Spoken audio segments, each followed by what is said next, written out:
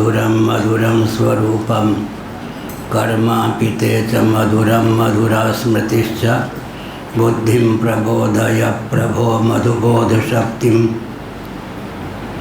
विद्यां प्रयच्छ परमां परिभावयामि। कोमलं कूजयन् वेणुं श्यामलोऽयं कुमारकः वेदवेद्यं परं ब्रह्म भासतां हृदये मम। कूजन्तं राम रामेति मधुरं मधुराक्षरम् आरुह्य कविता शाखां वन्दे वाल्मीकिकोकिलं निगमकल्पतरोर्गलितं फलं सुखमुखादमृतद्रवसंयुतं पिबत भागवतं रसमालयं मुहुरहो रसिका भुवि भावुकाः तृणादपि सुनिचेन तरोरपि सहिष्णुना अमानिना मानदेन कीर्तनीय सदा हरि नारायणाखिल गुरो भगवन् नमस्ते शिवाय नमः शिवलिंगाय नमः तन्मे मनः शिव संकल्पमस्तु सर्वे भवन्तु सुखिनः। श्री राम जय राम जय जय राम श्री राम जय राम जय जय राम श्री राम जय राम जय जय राम श्री राम जय राम जय जय राम श्री राम जय राम जय जय राम श्री राम जय राम जय जय राम। धर्म की जय हो, अधर्म का नाश हो, प्राणियों में सद्भावना हो, विश्व का कल्याण हो, गौ माता की जय हो, गोहत्या बंद हो, भारत अखंड हो, सर्वभूत हृदय धर्म सम्राट श्री स्वामी करपात्री जी महाराज की जय हो, श्री जगन्नाथ महाप्रभु की जय हो, श्री बलभद्र महाप्रभु की जय हो, भगवती सुभद्रा देवी की जय हो, चक्र सुदर्शन महाभाग की जय हो, हर हर महादेव।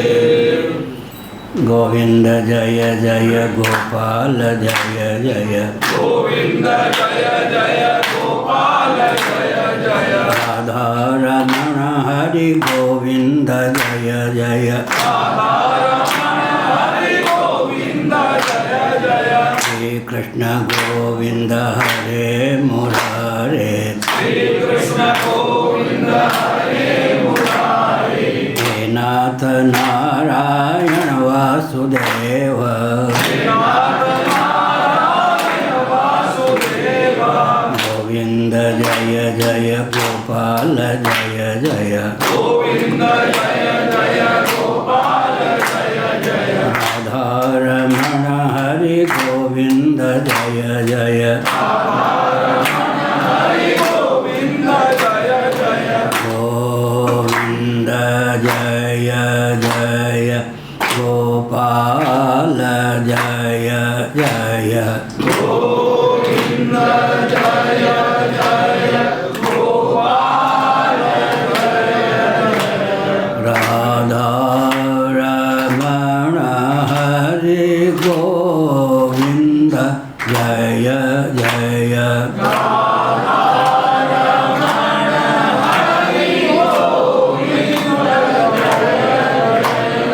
गोविंद जय जय गोपाल जय जय गोविंद जय जय गोपाल जय राधा रमण हरि गोविंद जय जय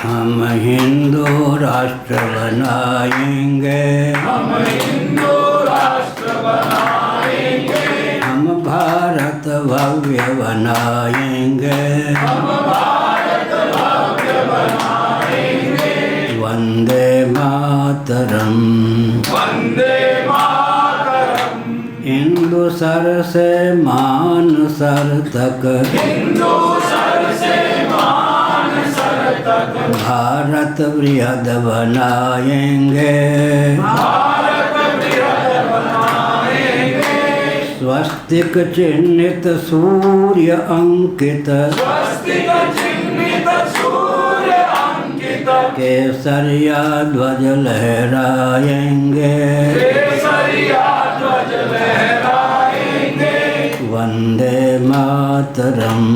वंदे मातरम। सबके पूर्वज सनातनी वैदिक आर्य हिंदू थे। अपने पूर्वजों की पहचान होनी चाहिए, उनके प्रशस्त मार्ग पर चलने का प्रयास करना चाहिए। बृहदारण्यक उपनिषद के अनुसार श्रीमन नारायण के नाभि कमल से सर्वजीव घनात्मक सर्वदेव घनात्मक ब्रह्मा जी की सर्ग के प्रारंभ में अभिव्यक्ति या उत्पत्ति हुई। ब्रह्मा जी ने योग बल से स्वयं को मन शत्रुपा के रूप में ख्यापित किया। शत्रुपा जी ने योग बल से स्वयं को 84 लक्ष योनियों में संभावित स्त्रियों के रूप में व्यक्त किया। मनु जी ने योग बल से स्वयं को 84 लक्ष योनियों में संभावित पुरुषों के रूप में अभिव्यक्त किया। इस तथ्य के आधार पर यह सिद्ध है कि सबके पूर्वज सनातनी वैदिक आर्य हिंदू थे। वे 32 विद्या और 64 कला में निपुण थे। वाणी के विन्यास से जिसकी सिद्धि होती है, शुक्र नीति के अनुसार उसका नाम विद्या है। मूक व्यक्ति या मौन दशा में भी जिन कार्यों का संपादन हो सकता है, चटाई बिनना इत्यादि, उनका नाम कला है। विद्या और कला दोनों में दक्षता अपेक्षित है। श्रीमद् भागवत सप्तम स्कंद अध्याय 15 श्लोक 59, 60, 61, 62। क्षित्यादीनामिहार्थानां छाया न कथमापि वै न संघातो विकारोऽपि न पृथङ्न्वितो मृषा धातवोऽयवविद्वाच्च तन्मात्रावयवैर्विना न शिवरिह सत्यवयविन्यसन्नवय यवोन्ततः। नारायण।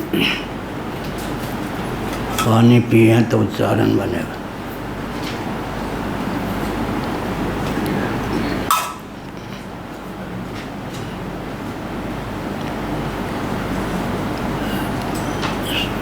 देवर्षि नारद ने युधिष्ठिर जी को प्रबोधित करते हुए इन तथ्यों को उद्भाषित किया। यह जो शरीर है, इससे शब्द स्पर्श रूप रसगंध की अभिव्यक्ति होती है। अनुमान होता है कि पांच भौतिक यह शरीर है, क्योंकि पंचभूतों के ही गुण शब्द स्पर्श रूप रसगंध सिद्ध होते हैं। लेकिन यह भी तो अवयवी हैं पंचभूत। पंचभूतक का कार्य जो शरीर है अवयव रूप है। जो अवयव होता है वह सत्य नहीं होता, नश्वर होता है, अनित्य होता है, कदाचित को होता है। अवयवी भी वस्तुतः नश्वर ही सिद्ध होता है। इस प्रकार शरीर और उसके उपादान कारण पंचभूतों का मिथ्यात्व सिद्ध है, असत्यत्व सिद्ध है। विचार करते समय इस तथ्य को ध्यान में रखना चाहिए कि कार्य कारण भाव का मिथ्यात्व ही सिद्ध होता है, लेकिन परोवरीय क्रम से कार्य की अपेक्षा कारण जो उपादान है उसकी सत्यता मान्य है। जैसे कि मृत्तिके तेव सत्यम छांदोग्य उपनिषद के अनुसार। अंत में पैंगी रहस्य उपनिषद के अनुसार सदैव सत्यम, अन्यों में सत्यत्व उपचारित है। सार क्या निकला? परमात्मा तत्व के अतिरिक्त जो कुछ अनात्मक प्रपंच है उसका मिथ्यात्व सिद्ध होता है, यह अभिप्राय। तो फिर जगत की संरचना का प्रयोजन ही क्या है? तो गौड़पादाचार्य जी के वचन को कल हमने प्रस्तुत किया था। उपाय स्ववताराय, सृष्टा के स्वरूप में, परमात्मा के स्वरूप में मनोनिवेश का बल और वेग हमको प्राप्त हो सके, इस भावना से भावित होकर करुणा वर्णालय सच्चिदानंद स्वरूप सर्वेश्वर ने महासर के प्रारंभ में सृष्टि की संरचना की। अकृतार्थ जीवों को कृतार्थता का अवसर प्रदान करने की भावना से उन्हें उन्होंने देहेंद्रीय प्राणांतःकरण से युक्त जीवन प्रदान किया। अवयव और अवयवी दोनों के मिथ्यात्व का निश्चय हो जाने पर अवयव अवयवी दोनों से विहीन जो परमात्म तत्व है वही एकमात्र सत्य सिद्ध होता है, यह अभिप्राय।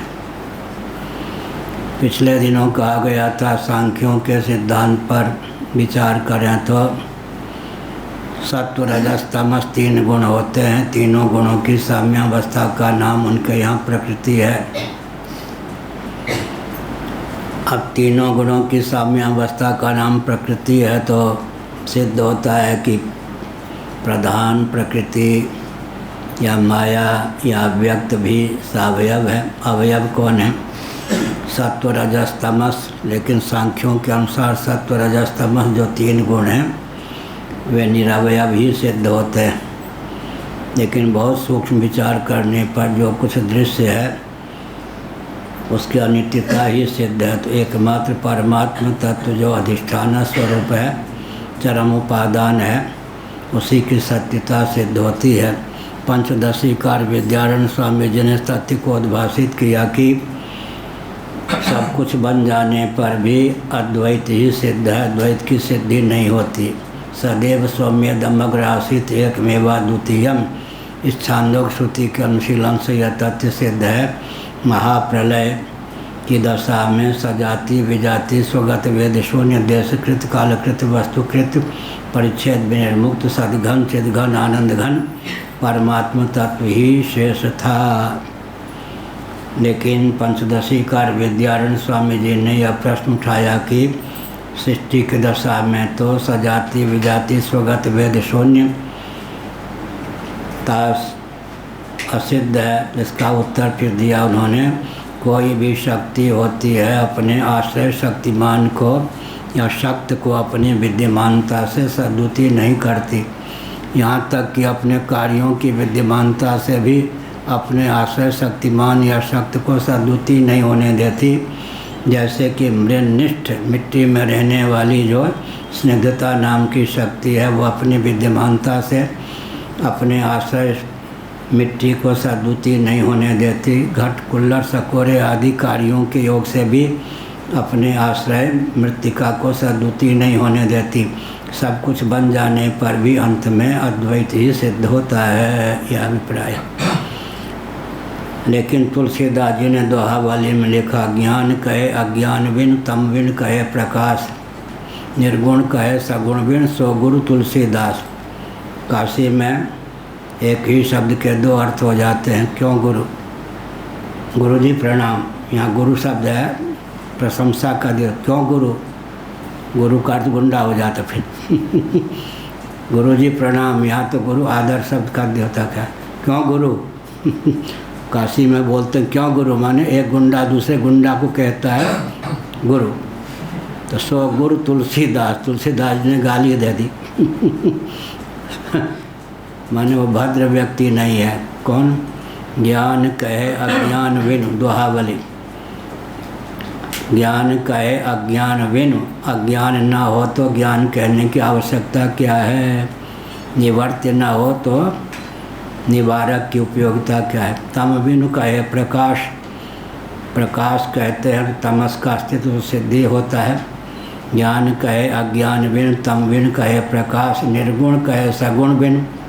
सगुण की सिद्धि पहले है तब तो उसका प्रतिषेध करने के लिए निर्गुण कहते हैं ना। लेकिन ऐसा कोई व्यक्ति जो सगुण को न माने और निर्गुण कहे सो गुरु तुलसीदास, मैंने गाली दे दी, वो गुंडा है, माने परंपरा से उसको शास्त्रों का अध्ययन प्राप्त नहीं है। इसलिए सापेक्ष, क्योंकि जगत अनित्य सिद्ध होता है, अचित सिद्ध होता है, दुखप्रद या दुख रूप या दुखमय सिद्ध होता है। ऐसी स्थिति में व्यावर्त 3 होने के कारण व्यावर्तक भी 3 हो गए, सतचित आनंद। इसलिए भगवान शंकराचार्य महाराज ने अपने भाष्यों में स्पष्ट करते हुए कहा, तैत्तिरीय उपनिषद, सत्यम ब्रह्म, ज्ञानम ब्रह्म, आनंदम ब्रह्म, आनंदो ब्रह्म। एक एक लक्षण भी अपने आप में परिपूर्ण है। ब्रह्म सत्य है, चित्त है, आनंद है। स्वप्रकाश का नाम चित्त है, लेकिन ब्रह्म की स्वप्रकाशता सदा है, इसलिए वो सत्य भी है। और वह प्रत्यगात्मा या आत्मा स्वरूप ही है। और आत्मा स्वरूप होने के कारण पर प्रेमास्पद है, पर प्रेमास्पद होने के कारण परमानंद स्वरूप है। इस प्रकार एक विचित्र बात है, निर्गुण जो ब्रह्म है, निराकार जो ब्रह्म है, वह यदि साक्षात अपरोक्ष प्रत्यगात्मा सिद्ध न हो तो सातवें आसमान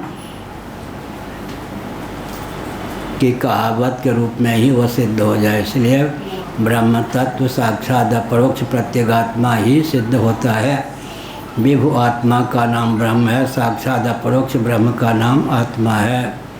यह कहा पांच भौतिक जगत सवयव है, इनके जो मूल हैं पंचभूत, ये भी वस्तुतः सवयव ही सिद्ध होते हैं। अंत में विचार करने पर एकमात्र ब्रह्म तत्व ही परम सत्य सिद्ध होता है। पार्थिव प्रपंच का आलम्बन लेकर पृथ्वी तक मन को पहुंचाना चाहिए। पृथ्वी का आलम्बन लेकर पृथ्वी का उपादान कारण जो जल है उस तक मन को पहुंचाना चाहिए। जल का आलम्बन लेकर जल का जो उपादान कारण अग्नि है उस तक मन को पहुंचाना चाहिए। अग्नि का आलम्बन लेकर अग्नि का जो उपादान कारण वायु है उस तक मन को पहुंचाना चाहिए।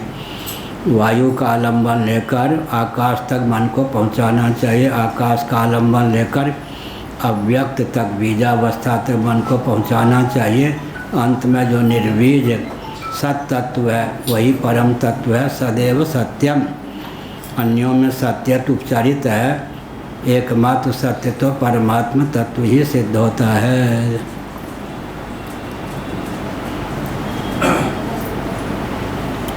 इस प्रकार से नारद जी ने कहा,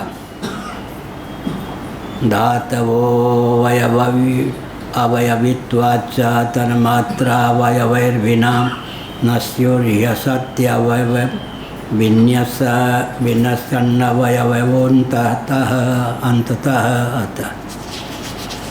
अवयव अवयवी दोनों ही असत सिद्ध होते हैं। इसका अर्थ है कार्य कारण दोनों ही मिथ्या सिद्ध होते हैं, लेकिन परम सत्य परमात्मा के अनुमापक होते हैं। साथ ही साथ उपादेय की अपेक्षा उपादान की सत्यता के कारण परम सत्य परमात्मा में मनोनिवेश की भावना से भगवान के द्वारा विरचित यह सृष्टि है, यह अभिप्राय। उपाय स्ववताराया, अभी हमने कहा मांडुक्य कारिका के अनुसार जगत की रचना परमात्म तत्व में मनोनिवेश के लिए। इसलिए बाह्य प्रपंच की अपेक्षा शरीर को अन्नमय कोश को अभ्यंतर समझना चाहिए। अन्नमय कोश की अपेक्षा प्राणमय कोश को, उसकी अपेक्षा मनोमय कोश को, मनोमय कोश की अपेक्षा विज्ञानमय कोश को, विज्ञानमय कोश की अपेक्षा फलात्मक आनंदमय कोश को, फलात्मक आनंदमय कोश की अपेक्षा बीजात्मक आनंदमय कोश को, बीजात्मक आनंदमय कोश की अपेक्षा स्वप्रकाश आनंद स्वरूप आत्म तत्व को सत्य समझना चाहिए। परोवरीय क्रम से आत्मा तक पहुंचाने के लिए, अर्थात आत्मा के अनुरूप आत्म को तत्व को जाने, इस प्रकार की क्षमता अभिव्यक्त हो, तदर्थ कोशों का विवेचन है। कोश का क्या अर्थ हुआ? सत्वम रजस्तम इति गुणा प्रकृति संभवा निबधनन्ति महाबाहो देहे देहिनमव्ययम् तत्र सत्वम निर्मलत्वात् प्रकाशक मनामयम सुख संज्ञेन बधनाति ज्ञान संज्ञेन चानघ। 14वां अध्याय। सुख संज्ञेन बधनाति के पहले क्या है? सत्वम रजस्तमैति गुणा प्रकृति संभवा निबधनन्ति महाबाहो देहे देहिनमव्ययम् तत्र सत्वम निर्मलत्वात् प्रकाशक मनामयम। इससे निकलता क्या? सुख संज्ञेन अभिव्यंजक होता हुआ जो आच्छादक हो उसका नाम कोश हो गया। सुख संज्ञेन बधनाति निबंधकता आ गई। तत्र सत्वम प्रकाशत्वात्, इससे क्या सिद्ध हो गया? कोश की परिभाषा यहाँ से कैसे बनेगी? अभिव्यंजक होता हुआ जो आच्छादक हो उसी का नाम कोश है। कोश का शोधन किया हुआ, कोश में अभिव्यंजकता रह जाए, आच्छादकता ज्ञान के बल पर अपनोदित हो जाए तो व्यक्ति मुक्त हो जाता है। अभिव्यंजकता रह जाए, आच्छादकता विगलित हो जाए विवेक के बल पर, तो यह जो जीवन है वो निबंधक न सिद्ध होकर के मोक्ष में उपयोगी सिद्ध हो जाता है।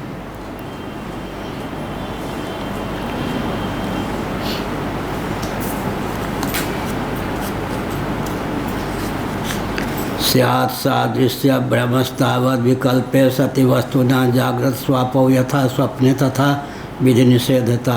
61वां श्लोक हुआ।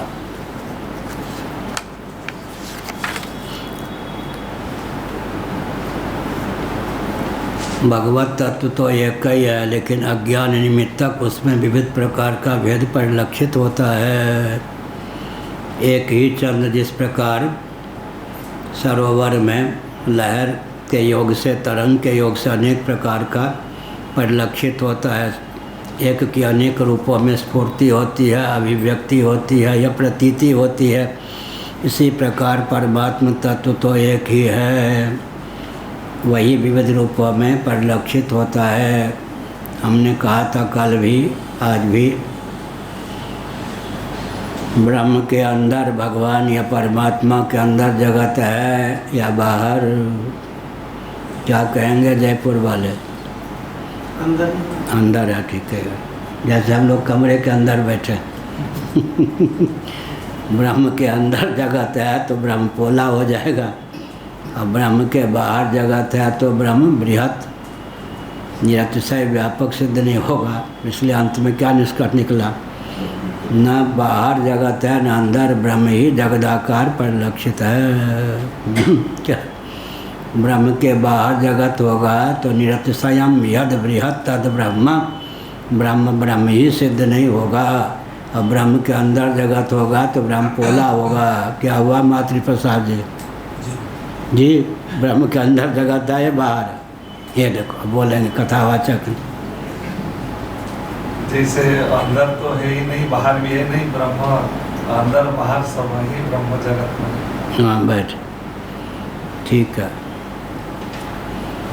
नारायण, जगत ब्रह्म के अंदर है ऐसा कहेंगे तो जैसे हम लोग कमरे में बैठे हैं तो ब्रह्म अवकाश प्रद आकाश के सदृश सिद्ध हो जाएगा, पोला सिद्ध होगा। और बाहर अगर जगत है तो ब्रह्म विभु नहीं सिद्ध होगा। इसलिए ब्रह्म के अंदर भी जगत नहीं, बाहर भी नहीं, ब्रह्म ही जगदाकार परिलक्षित है। जैसे ताम्र के अंदर पात्र है या बाहर ताम्र धातु ही पात्राकार परिलक्षित है, उसी प्रकार ब्रह्म तत्व ही जगदाकार परिलक्षित है।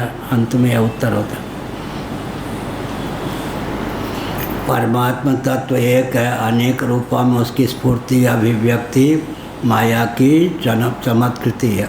क्या परमात्मा तत्व तो एक ही है, लेकिन पृथ्वी जल तेज वायु आकाश के रूप में, स्थावर जंगम प्राणियों के रूप में उसकी जो स्फूर्ति होती है यही माया है। एक की ही विविध रूपों में स्फूर्ति होती है। इसलिए सपने हूँ नहीं सुख द्वैत दर्शन बात कोटिक को कहे। विनय पत्रिका में तुलसीदास जी ने इस भाव को व्यक्त किया कि सपने हूँ नहीं सुख द्वैत दर्शन बात कोटिक को कहे। स्वप्नावस्था में भी द्वैत बुद्धि होगी तो सुख नहीं मिलेगा। अब कहेंगे कि जिसको हम अच्छा मानते हैं उसके दर्शन से हमको सुख मिलता है, लेकिन पोल पट्टी खुल जाती है। शरीर कितना भी सुंदर हो भव्य हो, उसको निहारते रहेंगे पागल हो जाएंगे। निद्रा का वेग ही क्या वस्तु स्थिति के उद्भाषण में पर्याप्त है। जब निद्रा का वेग आता है तो विश्व सुंदर हो या विश्व सुंदरी, दूसरों के मुखचंद की बात छोड़ दीजिए, अपने शरीर का वदनारविंद का मुखचंद का भी दर्शन उसको अभीष्ट नहीं होता। शरीर को बुलाए बिना नींद आ सकती है क्या? इंद्रियां फुदकती ही रहें तो फिर ग्रहण और त्याग में अलमस्त रहें तो भी नींद नहीं आएगी। इंद्रियों को भुला कर के भी सोने की भावना इस तथ्य को उद्भाषित करती है कि इंद्रियां भी स्थिर प्रेमास्पद नहीं हैं। मन को भुला कर के भी प्रयोगशाला तैयार है।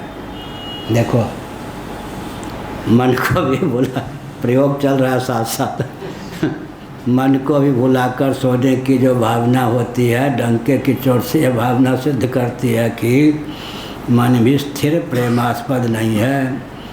बुद्धिमान है तो बुद्धि को पकड़े रहिए, पागल हो जाएंगे। बुद्धि को भी भुलाकर सोने की भावना डंके की चोट से इस तथ्य को ख्यापित करती है कि बुद्धि भी स्थिर प्रेमास्पद नहीं।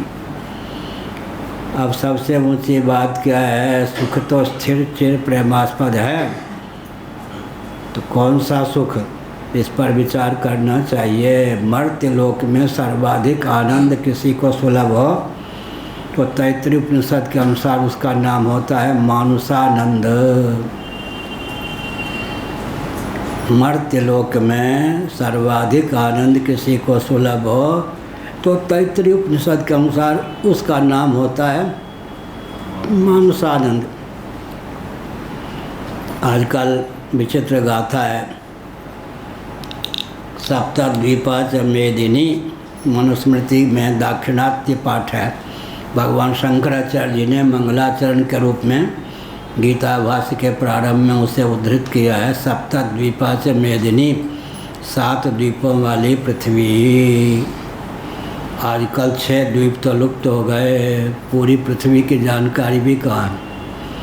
क्षार सिंधु, खारे सिंधु, क्षार सिंधु से वेष्टित भूभाग का नाम ही आजकल पृथ्वी है या नहीं?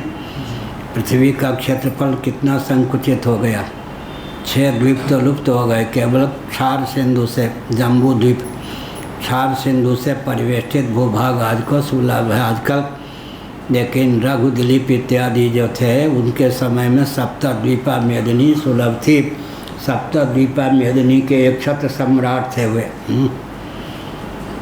सप्तद्वीपा मेदिनी पृथ्वी का एक क्षत्र सम्राट हो, ब्राह्म मुहूर्त में प्रजा यशोगान करती हो, ऐसा नहीं कि कब मरेगा बीपी सिंह ऐसा चिल्लाती हो प्रजा। आजकल नहीं है, नहीं तो ब्राह्म मुहूर्त में उठ करके जनता गाली दे कब मरेगा, ऐसा नहीं। जनता यशोगान करती हो। सप्तद्वीपा मेदिनी का एक क्षत्र सम्राट हो, फिर क्या हो? हृष्ट पुष्ट हो, भोग्य सामग्री को भोगने की क्षमता हो। ये नहीं कि एक मोतीचूर का लड्डू एटम बम दिखे, जिसको ब्लड शुगर इत्यादि है, उसके थाल में एक मोतीचूर का लड्डू रख दो तो एटम बम दिखाई पड़ेगा या नहीं? खाया नहीं कि मरे। तो भोग्य पदार्थ भी सुलभ हो, भोग्य पदार्थों को भोगने की क्षमता भी सुलभ हो। ब्राह्म मुहूर्त में जनता उठकर क्या करती हो? यशोगान करती हो।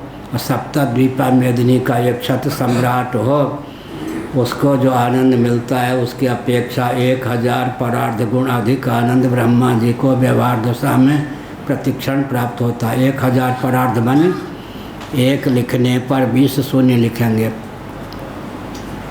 1000 परार्ध गुण अधिक आनंद ब्रह्मा जी को व्यवहार दशा में प्रतिक्षण मिलता है। ब्रह्मा जी कोई लुल्लू बुद्धू थोड़े हैं। उनकी आयु कितनी है? आजकल ब्रह्मलोक की गणना के अनुसार 51वें वर्ष में चल रहे ब्रह्मा जी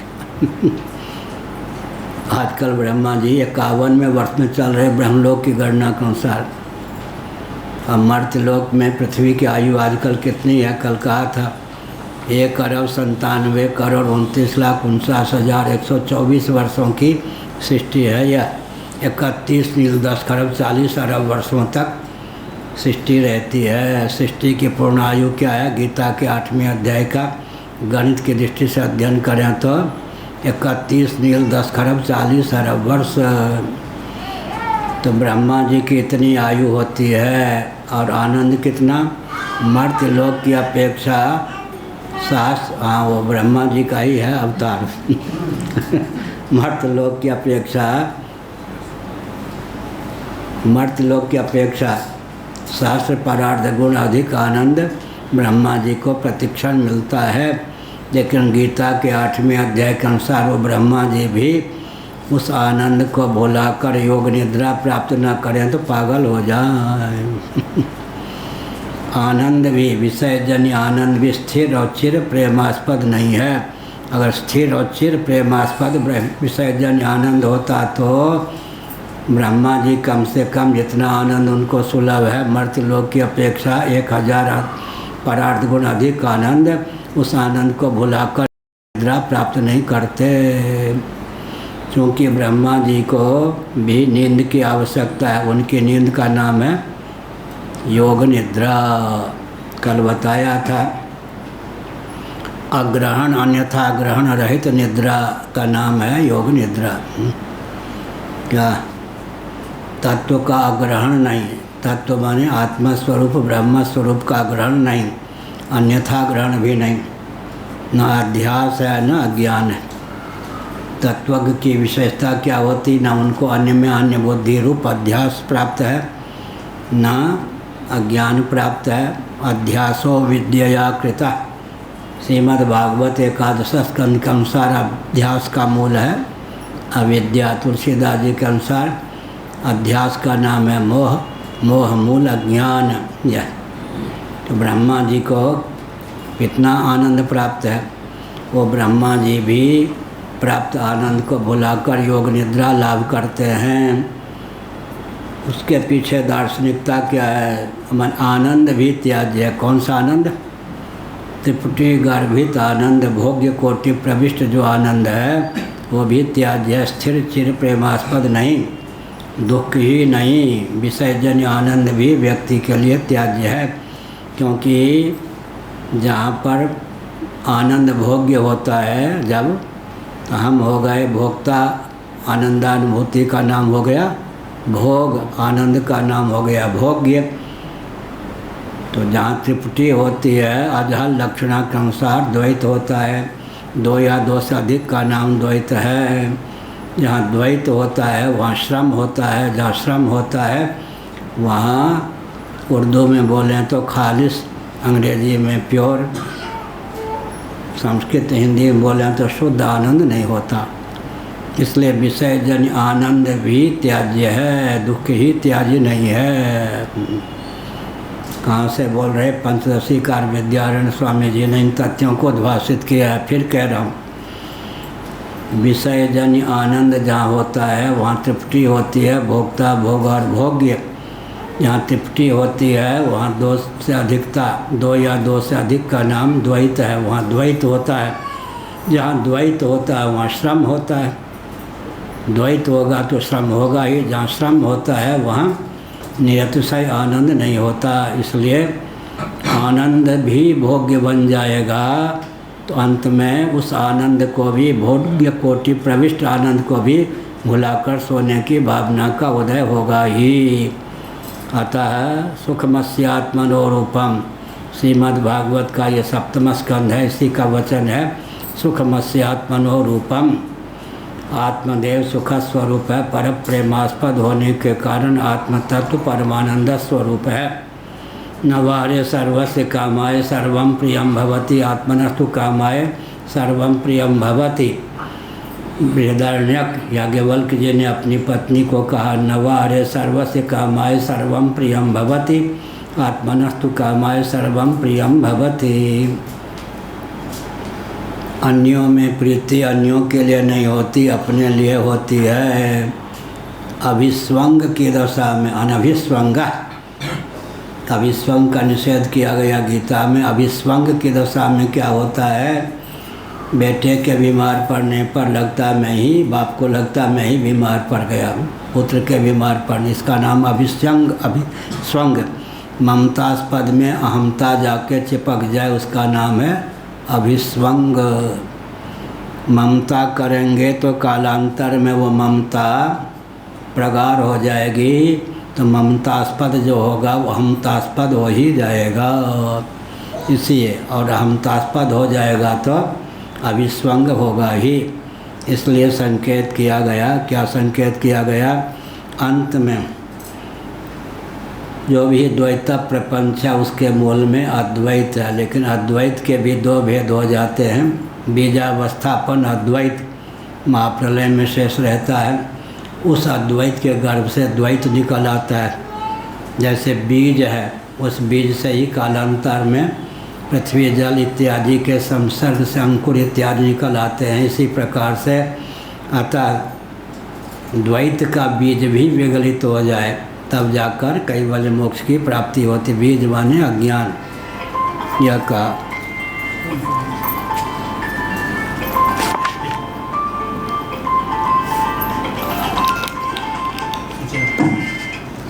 स्यात् सादृश्य भ्रमस्तावद् विकल्पे सति वस्तुनः जागृत स्वापो यथा स्वप्ने तथा विनिषेधता।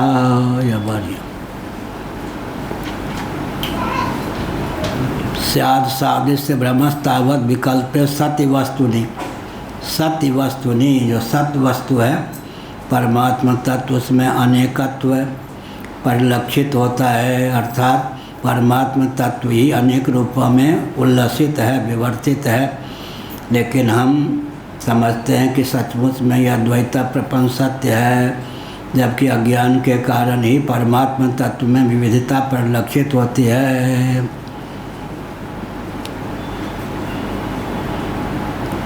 इस प्रकार से तब तक यह भ्रम भी रह सकता है, जो वस्तुएं पहले थी अब भी हैं, स्वप्न में भी इस प्रकार जागृत स्वप्न आदि अवस्थाओं के अलग अलग अनुभव होते ही हैं।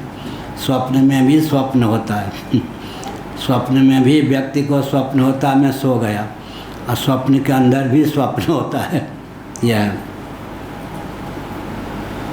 विधि निषेध के शास्त्र रहते हैं। जब तक द्वैत के प्रति सत्यत्व बुद्धि है तब तक विधि निषेध रूप शास्त्र व्यक्ति को प्राप्त होते हैं। अपने ऊपर अनुग्रह करके निषेध का अनुपालन न करें, विधि का अनुपालन करें, तब व्यक्ति में वह क्षमता आती है कि परमात्मा तत्व के परिमार्गण में वह समर्थ होता है। या करो या न करो, यही विधि निषेध। कोई संविधान बनेगा तो विधि निषेध उसमें होगा ही। संविधान का अर्थ क्या होता है? कुछ विधि कुछ निषेध, विधि निषेध का समुदाय ही तो संविधान है। जब तक अज्ञान है तब तक मोह भी है। मोह माने अध्यास, विविधता का विभ्रम भी है। जब तक विविधता का विभ्रम है तब तक व्यक्ति पर विधि निषेध भी क्रियान्वित है। तत्वज्ञ जो होते हैं विधि निषेध से अतिक्रांत होते हैं। उनका कुछ करने से प्रयोजन नहीं, कुछ न करने से प्रयोजन नहीं। कल भी कहा था, यस्त्वात्मरतिरेव स्यादात्म तृप्तस्य मानवः आत्मन्येव च संतुष्टस्तस्य कार्यं न विद्यते नैव तस्य कृतेनार्थो न कृतेनेह कश्चन न च सर्वभूतेषु कश्चिदर्थ व्यपाश्रया। आरुरुक्ष जो होता है, योगारूढ़ तो अभी नहीं हुआ है, योगारूढ़ होने की भावना से भावित जो आरुरुक्ष होता है वो कर्मों में अधिकृत होता है। आरुरुक्षोर मुनिर योगम कर्म कारण मुच्यते। आरुरुक्ष मुनि मननशील कर्म, कर्म का आलम्बन लेंगे। लेकिन कल हमने कहा था कि कर्म दो प्रकार के, कामना और कर्म के वेग को शांत करने के लिए जो कर्म होता है उसी का नाम निष्काम कर्म है। कामना और कर्म के वेग को बढ़ाने के लिए जो कर्म होता है वही भव सिंधु में डुबाने वाला होता है। अब आत्मनिरीक्षण करना चाहिए, हम जो कर्म करते हैं वो कामना और कर्म के वेग को बढ़ाने की भावना से भावित होकर करते हैं या कामना और कर्म के वेग को शांत करने की भावना से। उदाहरण दिया था, जब कोई पायलट हवाई जहाज को क्या करता है, पृथ्वी पर कुछ समय चलाता है। चलाता क्यों है? पृथ्वी को छोड़ने के उपयुक्त यान में बल और वेग प्राप्त हो सके, इसीलिए। इसी प्रकार जो आरुरुक्ष होते हैं वो कर्म करते हैं, बाहर से दिखता है कि ये भी हमारी तरह कर्म कर रहे हैं, लेकिन उनके गर्भ से कामना और कर्म से पिंड छुड़ाने का बल और वेग निकल आता है। और संसारी व्यक्ति जो हैं जितने कर्म करते हैं कामना और कर्म का वेग बढ़ाते ही जाते हैं। संसारी व्यक्तियों का जो कर्म होता है कामना और कर्म के वेग को परिपुष्ट करने के लिए, और जो आरुरुक्ष होते हैं वो कर्म करते हैं कर्म और कामना के वेग से अतिक्रांत होने के लिए, तत्व परिमार्जन की क्षमता प्राप्त करने के लिए। और जब इस प्रकार की क्षमता हो जाए, ब्रह्म परिमार्जन या ब्रह्म विचार के अनुकूल बल और वेग अंतःकरण में आ जाए, तो फिर श्रवण मनन निधिध्यासन के अतिरिक्त और कोई कर्म उस व्यक्ति को प्राप्त नहीं होता। यह कल वो कहा था, जलयान का आलम्बन नहीं लें, नौका स्टीमर आदि का, तो उस पार नहीं जाएंगे। आलम्बन लेकर बीच में छलांग लगा लें तो डूब जाएंगे। उस पार जाने पर भी आलम्बन ले वहीं बैठे रहें तो नाविक बन जाएंगे। फिर भी उस पार जाना भी व्यर्थ हुआ। उचित समय पर आलम्बन, उचित समय तक निर्वाह, उचित समय पर त्याग, तीनों चाहिए ना। जलयान का आलम्बन लें, फिर उचित समय तक जलयान का आश्रय लेकर बैठे रहें, उस पार पहुंच जाने पर जलयान का त्याग भी कर दें। इसलिए कर्म का आलम्बन और वृक्ष को लेना चाहिए, उचित समय तक उसका निर्वाह करना चाहिए, और कर्म संन्यास की योग्यता प्राप्त हो जाने पर उसका संन्यास भी कर लेना चाहिए। फिर ब्रह्म तत्व का परिमार्जन करना चाहिए श्रवण मनन निधिध्यासन के द्वारा। आत्मा की ब्रह्मरूपता, ब्रह्म की आत्मरूपता, आत्मस्वरूप ब्रह्म में, ब्रह्मस्वरूप आत्मा में प्रकृति सहित प्रपंच की अध्यस्तता का जब तक अचंचल निश्चय न हो जाए तब तक क्या है, श्रवण मनन निधिध्यासन का आलम्बन लेना ही चाहिए। यह हुआ विधि निषेध। तत्र को विधि का को निषेधा है। यह विधि निषेध किसके लिए है? देहात्म भाव से भावित जो व्यक्ति हैं उनके लिए। तत्व के विधि निषेध से अतिक्रांत होते हैं, न उन कर्तव्य बुद्धि से उनको न विधि प्राप्त है न निषेध। कुछ करने से प्रयोजन नहीं, कुछ न करने से प्रयोजन नहीं। यह कहा। अब जो है जागृत और स्वप्न, इसमें द्वंद्व और दुख की प्राप्ति होती है। सुषुप्ति एक ऐसी अवस्था है जो निर्विकल्प समाधि का विकल्प है। सुषुप्ति या गहरी नींद में द्वंद्व और दुख की पहुँच नहीं है, लेकिन द्वंद्व और दुख का बीज विद्यमान रहता है। उस बीज को तत्व ज्ञान रूप अग्नि से भून डालने की क्षमता आवे तब मानव जीवन चरितार्थ होता है। सुषुप्ति द्वंद्व और दुख से विहीन अवस्था है, लेकिन द्वंद्व और दुख की बीजावस्था सुषुप्ति में भी शेष रहती है। 10 मिनट आज के वक्तव्य को लेकर या और कुछ धर्म अध्यात्म राष्ट्र से संबद्ध कोई प्रश्न हो पूछ सकते हैं। नारायण। हाँ, ये आए। स्त्री प्रवचन को लेकर मेरे मन में एक शंका है। जो चक्षुर्बंध के विषय पर कल आप श्री ने बताए थे, वो जादूगर तो चक्षुर्बंध करते हैं, लेकिन जादूगर तो एक है, सामने तो हजारों बैठे हैं, बच्चे हैं, वयस्क है, माताओं देवियों सब है, सबका दिमाग बुद्धि तो अलग अलग है, लेकिन चक्षुर्बंध सबके लिए कैसे समान प्रयोग होता है? क्या कल कहा था हमने? बैठ। और राजा के उदाहरण बैठ। जादूगर, मायावी, ऐन्द्रजालिक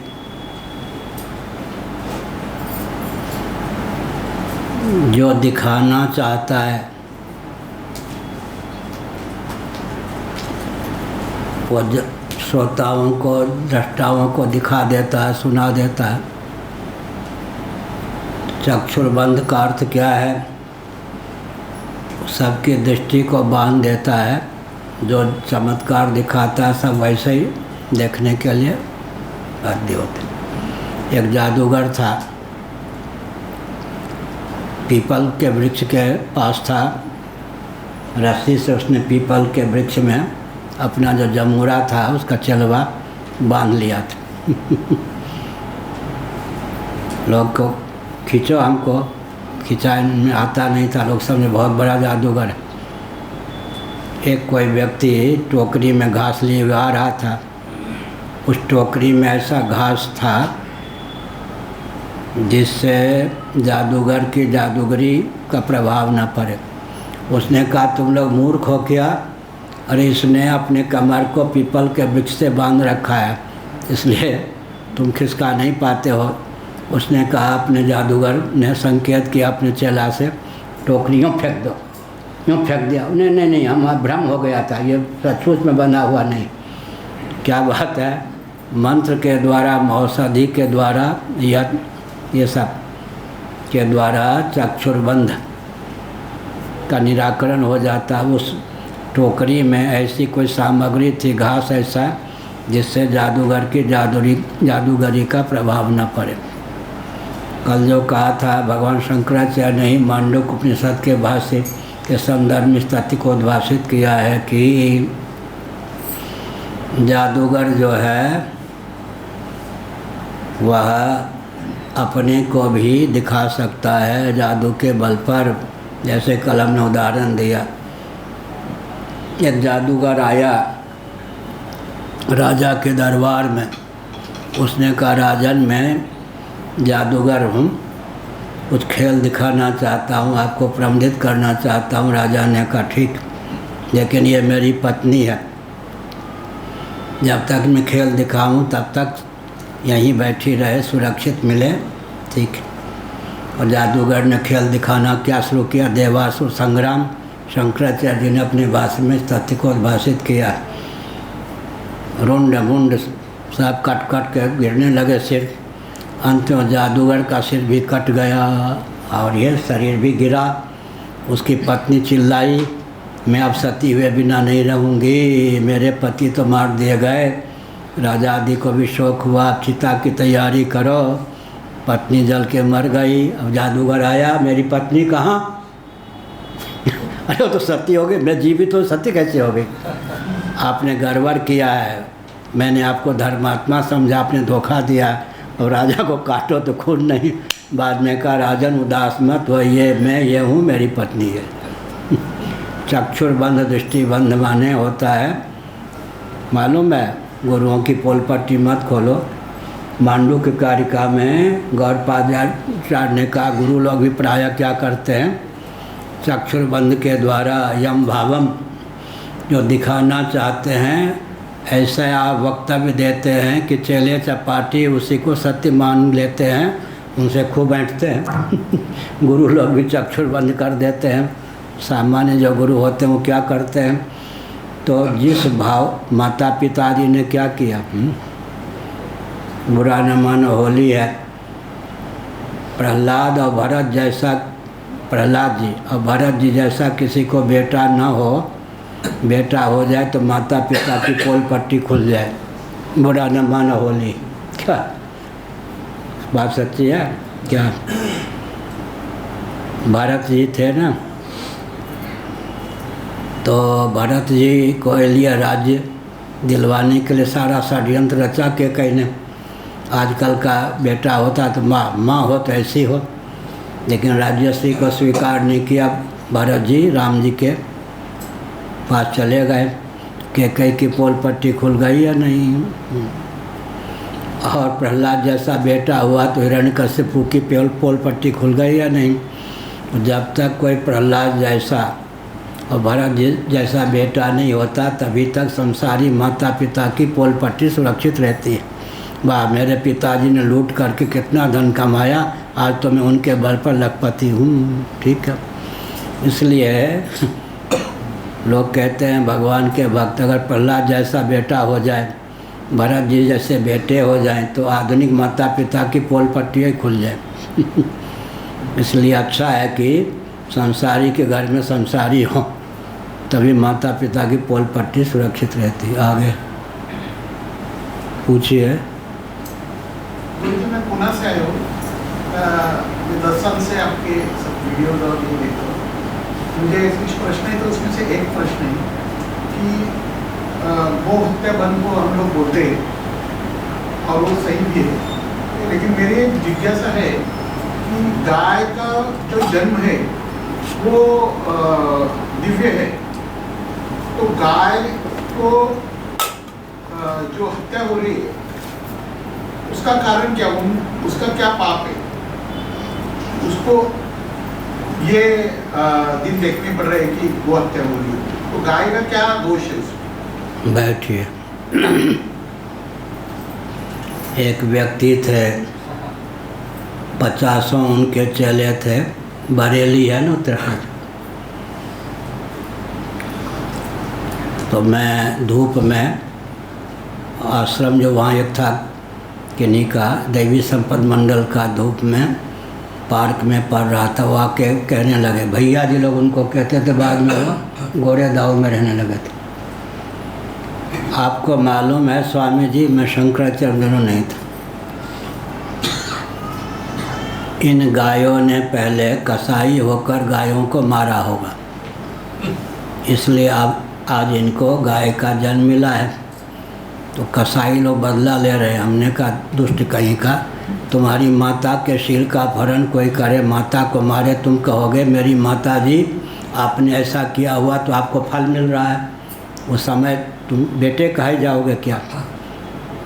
तो गाय को गाय की जो हत्या करते हैं, अब अगर हम फल पे छोड़ दें, किसी को कोई मारे, कहेंगे कि पूर्व जन्म में मारा होगा इसलिए तो दंड संहिता ही खत्म हो जाए, विप्लव की पराकाष्ठा, अराजकता की पराकाष्ठा हो जाए या नहीं? कोई किसी को कष्ट देता है, कोई किसी घर में डाका डालने आया, आपने कभी डाका डाला होगा, उसका बदला ले रहा है। किसी का शील अपहरण करने कोई आ जाए, माता ही कहे माता जी कभी आपने इसके पुरुष होकर या ऐसे होकर शील अपहरण किया, इस ढंग से व्यवहार चलेगा या गंदगी फैलेगी आगे? हाँ, अब आप पूछे। अरे वाह, कौन सा दिन है आज? कलकतिया बृहस्पतिवार। अच्छा, महाराज जी, मन में एक प्रश्न है ये कि आप जन कल्याण हेतु जब कोई कार्य करते हैं तो बीच में कुछ लोग काफ़ी बाधा देते हैं, जबकि आपका व्यवहार उनके साथ बहुत ही अच्छा मृदुल है, तो आप निभना और निभाना भी उसके साथ करते हैं। लेकिन धर्म के अनुसार ऐसी स्थिति में हमें क्या करना चाहिए जब विचलित हो जाते हैं? समझे नहीं क्या कहा? कोई जन कल्याण हेतु कोई आप कार्य कर रहे हैं तो तरह तरह के लोग उसे बाधा डालते हैं। बैठिए, बढ़िया है ना, बाधा कौन से कार्य में नहीं डालेंगे? सज्जनों के मार्ग में भी बाधा डालने वाले होते, दुर्जनों के मार्ग में बाधा डालने वाले होते क्या? इसलिए भरतहरि ने नीति शतक में क्या लिखा? विघ्न के भय से जो कार्य प्रारंभ ही न करे शुभ कार्य, और प्रारंभ कर दे विघ्न आने पर बीच में घुटना टेक दे, वो क्या करेगा? तो विघ्न के भय से कार्य प्रारंभ न करना ये भी उचित नहीं, और विघ्न डालने वाले से तंग हो करके बीच में ही कार्य छोड़ देना ये भी नहीं। विघ्न आओ चाहे जाओ, काम तो करते रहना है, मंजिल तक पहुंचना ही है। विघ्न तो बढ़िया है। विघ्न डालने वाले धैर्य की एक विचित्र बात, सज्जनों की सज्जनता को प्रकट करने में दुर्जनों की सहभागिता है या नहीं? दुर्जन ना हो तो सज्जन को क्यों भी मालूम न पड़े कि मेरे जीवन में दैवी संपत्ति कितनी है। सब हाथे जोड़े हैं तो फिर, और दुर्जनों की दुर्जनता को व्यक्त करने के लिए सज्जन चाहिए या नहीं? तो दुर्जन की दुर्जनता सज्जनों को अभिव्यक्त करने वाली होती है या नहीं? क्या ये दुर्जनों की महिमा है कि सज्जन है? क्योंकि दुर्जनों की दुर्जनता बहुत बढ़िया वो है, पवन है या क्या? नहीं, सो रहे होंगे। अच्छा अच्छा, हाँ वो है, पीछे बैठते। और बिहार में कहते एक चांटा दिखाए तो 4 चांटा मार देगा। बिहार के व्यक्ति को किसी ने एक चांटा दिखाया नहीं होता तो 4 चांटा मार देगा। तो अर्थ क्या हुआ? सज्जनों की सज्जनता अपनी दृष्टि में भी मेरे जीवन में कितनी सज्जनता है इसकी परख कैसे होगी? इसलिए सज्जनों की सज्जनता दुष्टों को व्यक्त करती है। जितने सज्जन हैं दुष्टों की फैक्ट्री है। और जितने दुष्ट हैं उनकी दुष्टता, एक दुष्ट दूसरे दुष्ट पर कुछ करे, अव्वल दर्जे का दुष्ट उसके टांगे तोड़ दे, सर ही फोड़ दे। इसलिए दुष्टों की जो दुष्टता है वो किस पर कारगर हो? सज्जनों पर। सज्जन दुर्जन के उद्भावक होते हैं, दुर्जन सज्जन के उद्भावक होते हैं। बुरा ना मानो, होली है। और ऊंची बात है ना, सज्जन जो हैं, सज्जनों की सज्जनता के अभिव्यंजक दुर्जन ही हुए या नहीं? और दुर्जनों की दुर्जनता किस पर प्रकट होगी? सज्जन पर। दुर्जनों की कृपा से सज्जन प्रकट होते हैं। सज्जनों की सज्जनता को व्यक्त करने के लिए दुर्जन प्रकट होते हैं। एक ही परमात्मा सज्जन दुर्जन दोनों रूपों में अभिव्यक्त होकर सृष्टि लीला का संपादन करते हैं। आगे पूछो जी, पूछो। प्रणाम। आपके कुछ वक्तव्य सुना हो गुरुदेव में, तो उसमें जो ईश्वर के निकट होते हैं, धर्म के पथ पे चलते हैं, तो उनको तरह तरह की कष्ट समय समय पे मिलता रहता है और ईश्वर उन पे और थोप देते हैं। इस तरह से मालूम हुआ। तो जब वो धर्म के राह पे उनको जब तरह तरह के कष्ट मिलेंगे तो कैसे वो आगे बढ़ पाएगा और उसका उत्थान कैसे होगा गुरुदेव? उस प्रश्न के ही अनुकूल है न, बैठिए। आप क्या चाहते हैं? कोई कष्ट ना दें? नहीं, कष्ट तो मिले गुरुदेव, पर कष्ट मिलेगा तब वो अपनी क्षमता समझ पाएगा और दूसरों को दिखा भी पाएगा। फिर पर मेरा बस एक थोड़ा सा सोचना था कि जब उसके ऊपर एक के बाद एक कष्ट मिलते जाएगा तो वो अपने आप को उभारेगा कैसे और आगे? बैठिए बैठिए। जी जी। सद्भाव पूर्वक संवाद न होने के कारण सज्जनों को ज़्यादा कष्ट मिलता है। संघ बल न होने के कारण, सेवा का प्रकल्प न चला में, तो तीन सकार मैंने कहा। नभो मार्ग ऊपर, भू मार्ग भूगर्भ मार्ग। सज्जनों को सुरक्षित रहना हो तो तीन मार्ग। नभो मार्ग मैंने ऊपर क्या होना चाहिए? सद्भाव पूर्वक संवाद करें, सज्जनता के नाम पर संवाद न छोड़ें। और भूमार्ग में क्या करें? सेवा का प्रकल्प चलावें। और भूगर्भ मार्ग में सेना भी हो। फिर देखिए लोग अनुगमन करेंगे, हाथे जोड़ेंगे।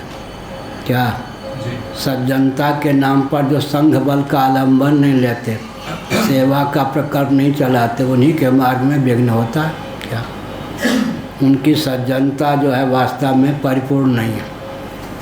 तीन हमने बताया। नभो मार्ग में सद्भाव पूर्वक संवाद। मान लो हम कुछ बोलते हैं तो हम जो बोल रहे हैं उसकी उपयोगिता देश काल परिस्थिति के अनुसार क्या है, दर्शन विज्ञान व्यवहार के अनुसार क्या है, उसमें साधु नीति, भक्त नीति, राजनीति, शास्त्र नीति, लोक नीति या साधु मत, लोक मत, राजमत, इन सब का सामंजस्य कैसे है, उचित स्पष्टीकरण भी अगर अपने कदम का देते जाएं लोग अनुगामी होंगे। इसलिए सज्जनों में त्रुटि क्या होती है? संवाद से वो दूर रहते हैं, सेवा का प्रकल्प नहीं चलाते। सज्जनता के नाम पर वो सेवा का प्रकल्प नहीं चलाते और संगठन संघबल का आलम्बन नहीं लेते। तीन हो तो कहाँ कोई कष्ट देगा। ऊपर क्या होना चाहिए? सद्भाव पूर्वक संवाद। बीच में क्या होना चाहिए? सेवा का प्रकल्प। नीचे सेना हो, सब हाथे जोड़ेंगे प्रेम से, डर के मारे नहीं, वैसे हाथ जोड़ेंगे। केवल सज्जनता के व्यामोह में जो संवाद को छोड़ देते हैं, सेवा का प्रकल्प भी नहीं चलाते और संगठन संघबल भी नहीं वो, और किसी के जीवन में संघ नहीं दिखता है, अभ्यंतर संघ है। विश्व की वैश्वानर रूपता, तेजस की हिरण्यगर्भ रूपता, प्राज्ञ की ईश्वर रूपता का जिसको ज्ञान है, व्यष्टि और समष्टि के एकत्व का ज्ञान जो है, उसके जीवन में अपार बल है। विश्व जानते हैं कौन? मांडूक्य उपनिषद जागृत अवस्था में एक जीवन से तादात्म्यपन्न चैतन्य का नाम जीव है, समष्टि से तादात्म्यपन्न जीव विश्व का नाम वैश्वानर हो जाता है। तेजस सूक्ष्म प्रपंच में तादात्म्यपन्न चैतन्य समष्टि सूक्ष्म प्रपंच में तादात्म्यपन्न हो जाए तो उसी का नाम हिरण्यगर्भ हो जाता है। प्राज्ञ एक अज्ञान वृत्ति में तादात्म्यपन्न चैतन्य, सब मांडूक्योपनिषद में। तो व्यष्टि और समष्टि के एकत्व का दूसरी बात यह है, कल भी मैंने कहा था, शायद आप नहीं थे, एक आत्मबम हम पकड़ाते हैं, जिसको हम आत्मदृष्टि से निहार लेंगे उसके बस की बात नहीं कि हमारे कार्य में विघ्न डाल के सफल। अंदर से जिसको हम आत्मदृष्टि से निहार देंगे उसका मनोभाव हमारे प्रति अनुकूल होगा ही। कदाचित अपनी दुष्टता के वशीभूत होकर वो विकृत मनोभाव करेगा, उसकी दुष्टता ही उसको दबोच देगी। इसलिए जो तत्र को मोह का शोक एकत्व मन पश्यता, केवल सज्जनता के नाम पर संकीर्णता नहीं पालनी चाहिए। सद्भाव पूर्वक संवाद को छोड़ दिया सज्जनता के नाम पर, सेवा के प्रकल्प को छोड़ दिया सज्जनता के नाम पर, संघ बल को छोड़ दिया तो लोग खा जाएंगे। अगर तीनों बल है तो सज्जन तो सब जगह पूजेगा ही, सब जगह यशोगान होगा ही। आगे हर हर महादेव।